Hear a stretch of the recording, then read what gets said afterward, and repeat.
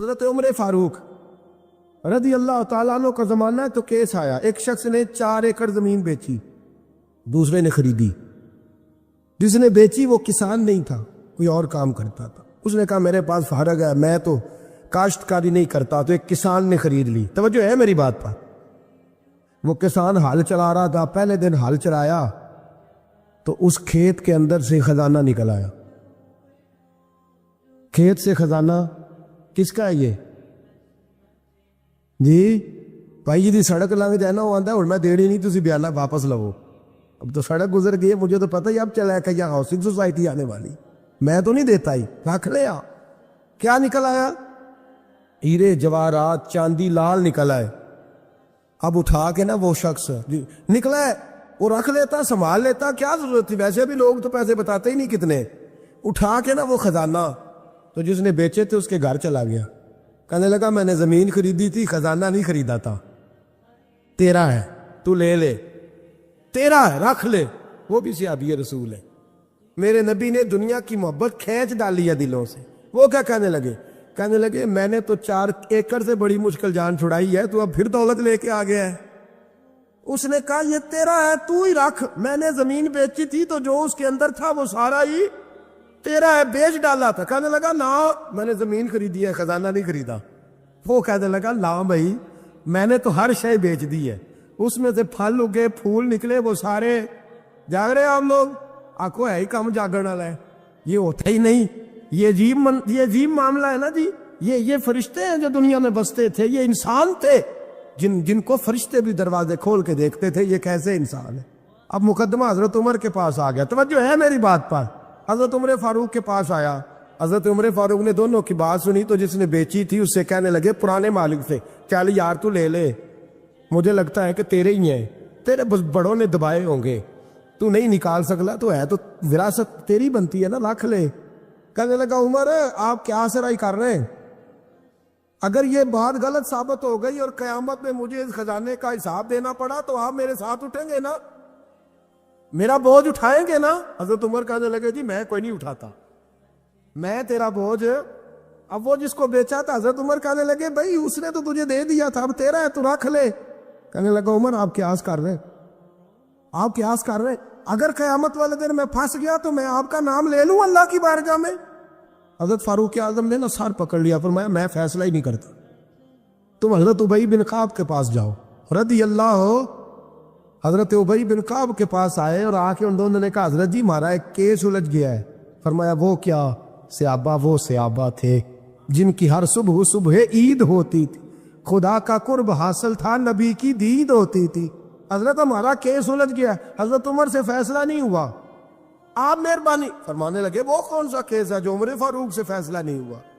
وہ کون سا کیس ہے؟ کہ حضرت جی یہ معاملہ ہے، توجہ ہے میری بات پر، یہ والا معاملہ ہے کہ اس نے بیچی ہے جگہ، میں نے خریدی ہے، اب خزانہ نکل آیا، میں کہتا ہوں تیرا ہے، یہ کہتا ہے نہیں تیرا، میرا میری نہیں۔ جی یہ کون سا دور ہے؟ بولے نا وہ کون سا دور تھا؟ خیر الناس من ینفع الناس، لوگوں میں بہتر وہ جو لوگوں کے لیے نفع بخش۔ یہ کہتا ہے خزانہ تیرا ہے، میں کہتا ہوں نہیں، تو کون سا دور ہو گیا؟ تیرا تیری کا۔ حضرت سیدنا ابی بن کعب رضی اللہ تعالیٰ عنہ نے سر جھکا لیا، کہنے لگے میں فیصلہ کیا کروں، میں بہت بڑا قاضی ہوں پر یہاں میں بھی الجھ گیا ہوں، اب فیصلہ سنو، خوبصورت فیصلہ۔ حضرت ابی بن کعب اس سے پوچھتے ہیں بیچنے والے سے تیرے بچے کتنے؟ کہنے لگا جوان بیٹا ہے۔ خریدنے والے سے کہتے ہیں تیرے کتنے بچے ہیں؟ اس نے کہا جوان بیٹی ہے۔ کہنے لگا میں ان دونوں کا نکاح کر کے سارا سامان انہیں جہیز میں دے دیتا ہوں، ان کا نکاح کر کے سارا کچھ انہیں جہیز میں دے دیتا ہوں، تیرے گھر بھی آ جائے گا، تیرے گھر بھی۔ یہ فیصلہ سیدنا ابی بن کعب رضی اللہ تعالیٰ عنہ نے دیا۔ لوگ رو رہے تھے، کہہ رہے تھے کیا بات ہے اس فیصلے کی، کیا بات۔ ایک نوجوان تھا مینا کے بازار میں دوڑا جا رہا ہے، ایک بابا جی اس کو ملے بزرگ، تو ان بزرگوں کے اس نے، توجہ ہے میری بات پر آپ، ان بزرگوں کی تھیلی اس نے اشرفیوں والی چھین لی، چھین کے دوڑ گیا، کافی آگے چلا گیا تو گر گیا، جب گرا تو نظر آنا بند ہو گیا، لگاؤ اللہ کے ولی کی بے ادبی ہوئی، اس لیے نظر آنا بند ہو گئی، بے ادبی ہو گئی، بڑا پریشان ہوا، سخت آزمائش کا شکار، کیا کروں کدھر جاؤں؟ جب بڑی سخت تکلیف کے اندر وہ گرفتار ہوا تو لوگوں سے کہنے لگا مہربانی کرو مجھے بابا جی سے معافی لے دو. گرا جو ان کی نگاہ سے وہ سنبھل نہیں سکتا. اللہ والوں کی بے ادبی اللہ کو بڑی ناپسند ہے. اللہ والوں کی بے ادبی اللہ کو بڑی ناپسند ہے. اس سے ضرور بچیں. اللہ تعالیٰ ہمیں بچنے کی توفیق عطا فرما. پکڑ کے بابا جی کے پاس لائے. بابا جی معاف کر دیں، آپ کی وجہ سے آنکھیں چلیں گی. بابا جی کہنے لگے نہیں میں نے تو بد دعا دی نہیں. تو وہ کیسے؟ کہنے لگے میرے ساتھ جب کوئی مسلمان زیادتی کرتا تو میں فوراً ہی معاف کر دیتا. کہا جی میرے لیے دعا کر دیں. دعا کی، بابا جی کی آنکھیں ٹھیک. بابا جی نے دعا کی، نوجوان کی آنکھیں صحیح ہو گئی. لوگ چلے گئے تو وہ نوجوان قریب بیٹھ گیا. کہنے لگا بزرگوں آپ نے جو کہا میں نے مان لیا، پر ایک بات میری سمجھ میں نہیں آئی. کہا وہ کیا؟ کہا آپ کہتے ہیں میرے ساتھ کوئی مسلمان بھی زیادتی کرتا میں فوراً معاف کر دیتا ہوں. فوراً تو معافی دی جاتی نہیں، دی جا سکتی نہیں. تھوڑی دیر تو بندے کے دل کو تکلیف رہتی ہے. آپ نے جو نہیں نا، بعد لوگ بریکی میں جاتے ہیں نا بہت سارے. کہا جناب بندے کے دل میں تھوڑی دیر تو تکلیف، ایک کوئی لڑائی ہو جائے تو کہتے ہیں ابھی نہیں میں نے جانا، ذرا بات ٹھنڈی ہو جائے گی تو پھر، ابھی تو بڑی چوٹیں لگی ہیں، بڑا مسئلہ بنا ہے. یہ شعوری طور پہ لوگ ایسا کرتے ہیں. کہا فوراً کیسے آپ نے معاف کر دیا؟ کہا فوراً کیسے معاف کر دیا؟ تو بابا جی کہنے لگے مجھے اپنے نبی سے پیار ہی بڑا ہے صلی اللہ علیہ. ہم عشق کے بندے ہیں، کیوں بات بڑھائی ہے؟ محبت بڑی ہے رسول رحمت سے. فرمایا کیا بات ہے؟ بابا جی کہنے لگے میں نے حضور کی ایک حدیث پڑھ لی ہے، اب جو مسلمان بھی زیادتی کرتا ہے میں فوراً معاف کر دیتا ہوں. کہا وہ کیا حدیث؟ سنے میرے دوستو. اور بزرگوں کی سوچ دیکھیں کہاں تک جاتی ہے. اور بزرگ کہنے لگے اللہ کے رسول صلی اللہ علیہ وسلم نے فرمایا ہے کہ جب تک میرے سارے امتی جنت میں نہیں جائیں گے میں بھی نہیں جاؤں گا. جب تک سارے نہیں جائیں گے میں بھی. تو بابا جی کہنے لگے دیکھنا تیرا میرا جھگڑا ہے، اگر یہ جھگڑا حضور کے پاس جائے گا، اللہ کی بارگاہ میں جائے گا، پھر اس کا فیصلہ ہوگا، پھر یہ مقدمہ لڑے گا، پھر یہ کیس چلے گا، جب فیصلہ ہوگا تب تک میرے رسول پاک جنت میں نہیں جائیں گے، بیٹھے رہیں گے. تو میں اپنے نبی کو تکلیف تو نہیں نہ دے سکتا، میں اپنے رسول کو بٹھائے رکھنے کی آزمائش تو نہیں نہ دے سکتا. لہذا جو مسلمان بھی زیادتی کرتے میں فوراً ہی معاف کر دیتا ہوں تاکہ میرے محبوب کو کوئی تکلیف. میں تیرے اور اپنے بارے میں سوچ نہیں رکھتا، میری سوچ تو ہر وقت ذات رسالت پہ لگی رہتی ہے. میرا ذہن تو ہر وقت میرے محبوب کی طرف لگا رہتا ہے. ہر وقت میں حضور کے بارے میں ہی سوچتا رہتا ہوں.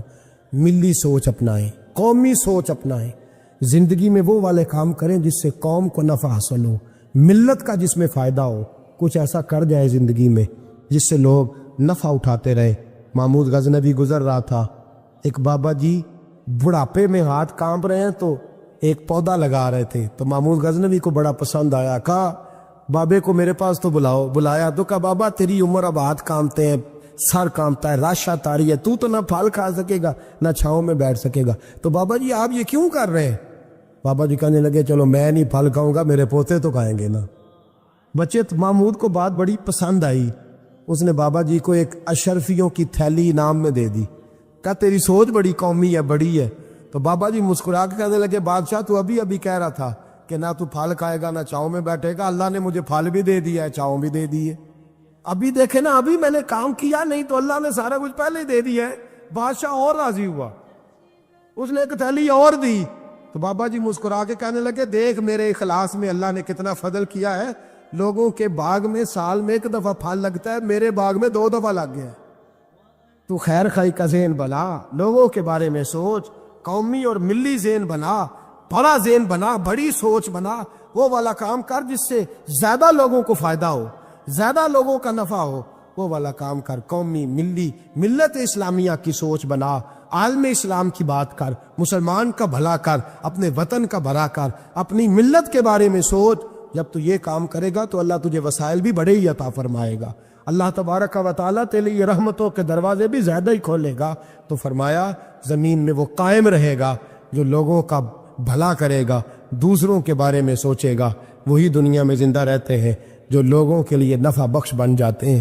جو ذات کی بات کرتے ہیں وہ بڑی جلدی فنا ہو جاتے ہیں. دوسروں کی بات کر، تو ہمیشہ رہے گا، تو باقی رہے گا، تو قائم رہے گا، تو ہمیشہ صبح قیامت تک تیرا نام جپا رہے گا. میرے اعلیٰ حضرت فرماتے ہیں بے نشانوں کا نشان مٹتا نہیں، مٹتے مٹتے بھی نام ہو ہی جائے گا. تو دوستو یہاں تو گھر والوں کو احتجاج